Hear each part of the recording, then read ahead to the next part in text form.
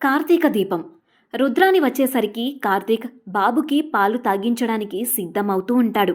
అది చూసి రుద్రాని, సారు, దీప పిండి వంటకాలు అమ్మడానికి పోయిందా? మగాడు చేయాల్సిన పని ఆడది చేస్తోంది. ఇంట్లో ఆడది చేయాల్సిన పనులు నువ్వు చేస్తున్నావా సారు? మొత్తానికి మొగుడు పెళ్ళాంగా, పెళ్ళాం మొగుడుగా మారిందన్నమాట అంటూ వెటకారంగా మాట్లాడుతుంది రుద్రాని. మీకు అనవసరం అంటాడు కార్తీక్. అవును, మా రంగరాజు ఎలా ఉన్నాడు? ఏది చూస్తా ఓసారి అంటుంది రుద్రాని. బాబు ఉన్న ఊయల వైపు నడుస్తుంటే కార్తీక్ కోపంగా చేయి అడ్డు పెడతాడు. సారు, నీకు ఇద్దరు ఆడపిల్లలు ఉన్నారు కదా సారు, రంగరాజుని నాకు ఇచ్చేయండి. అయినా మీరు బాబుతో క్షేమంగా ఇంట్లోనే ఉంటారు, కానీ బయటికి వెళ్ళిన దీప క్షేమంగా ఇంటికి రావాలిగా. స్కూల్కి వెళ్ళిన పిల్లలు జాగ్రత్తగా తిరిగి రావాలి కదా. అసలే రోజులు బాలేవని చెబుతున్నా అంతే సారు. పాపం శ్రీవల్లి కోటేష్లు ఉత్త పుణ్యానికే చచ్చిపోయారు. కోరి కష్టాలు తెచ్చుకోకండి సారు. రంగరాజుని ఇవ్వమంటే ఇవ్వనంటున్నారు. ఎవరి టైం ఎలా ఉంటుందో ఎవరికి తెలుసు. ముందు జాగ్రత్తగా చెప్పాను అంతే సారు. రంగరాజు జాగ్రత్త, దీపా పిల్లలు కూడా జాగ్రత్త అంటూ కార్తీక్ని భయపెట్టి మరీ రుద్రాని వెళ్ళిపోతుంది. దాంతో కార్తీక్ భయం పెరిగిపోతుంది. రుద్రాని అలా ఎందుకు మాట్లాడింది అని కంగారు పడుతూ ఉంటాడు. ఇంతలో పక్కింటి మహాలక్ష్మి రావడం చూసి, అమ్మ, బాబుని చూసుకుంటూ ఉండండి, ఇప్పుడే వస్తాను అంటూ కార్తీక్ బయటకు వెళ్తాడు. సరిగ్గా అప్పుడే మహేష్ తాడికొండ గ్రామానికి వస్తాడు. ఇక్కడైనా వీళ్ళు దొరికితే బాగుండు అనుకుంటాడు. నిజంగానే వాళ్ళు అక్కడ ఉండడంతో కథనం ఉత్కంఠంగా మారింది. రావడమే రుద్రాని మనిషి అయిన పెద్దగడ్డం రౌడీని చూస్తాడు మహేష్. ఆ రౌడీ ఫోన్లో మాట్లాడుకుంటూ ఉంటే వాడికి మహేష్ ఫోటో చూపించేందుకు సారు సారు అని పిలుస్తాడు. కానీ ఫోన్ మాట్లాడుకుంటూ ఆగరా నాయనా అంటాడు ఆ పెద్దగడ్డం రౌడీ.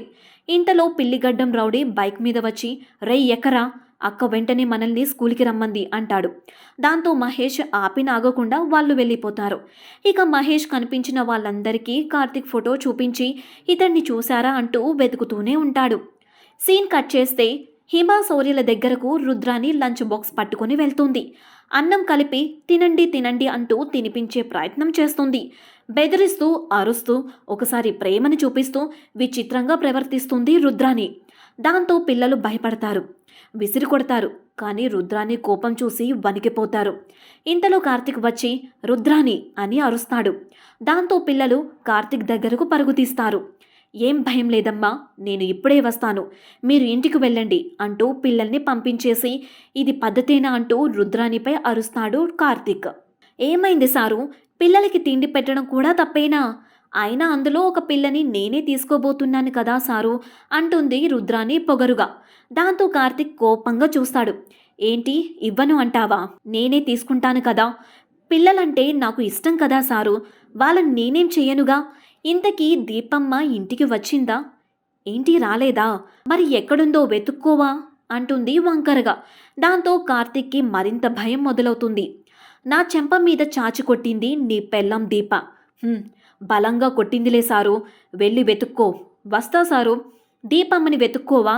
వస్తుందని అంత ధైర్యమా అంటూ దీపని తనే మాయం చేసినట్లుగా హింటిస్తుంది. దాంతో కార్తీక్లో మరింత భయం పెరిగిపోతుంది. దీపకు ఏం కాకూడదు అనుకుంటూ దీపని వెతుక్కుంటూ రోడ్లపై తిరుగుతాడు కార్తీక్. ఎదురుగా మహేష్ కార్తీక్ని వెతుక్కుంటూ రావడంతో కథనం ఇంకా ఉత్కంఠంగా మారింది. మరి ఆ తర్వాత ఏం జరిగిందో రేపటి ఎపిసోడ్లో చూసేద్దాం. మా ఛానల్ని ఎవరైతే సబ్స్క్రైబ్ చేసుకోలేదో వాళ్ళందరూ సబ్స్క్రైబ్ చేసుకొని లైక్ అండ్ షేర్ చేయవలసిందిగా విజ్ఞప్తి. Thanks for watching.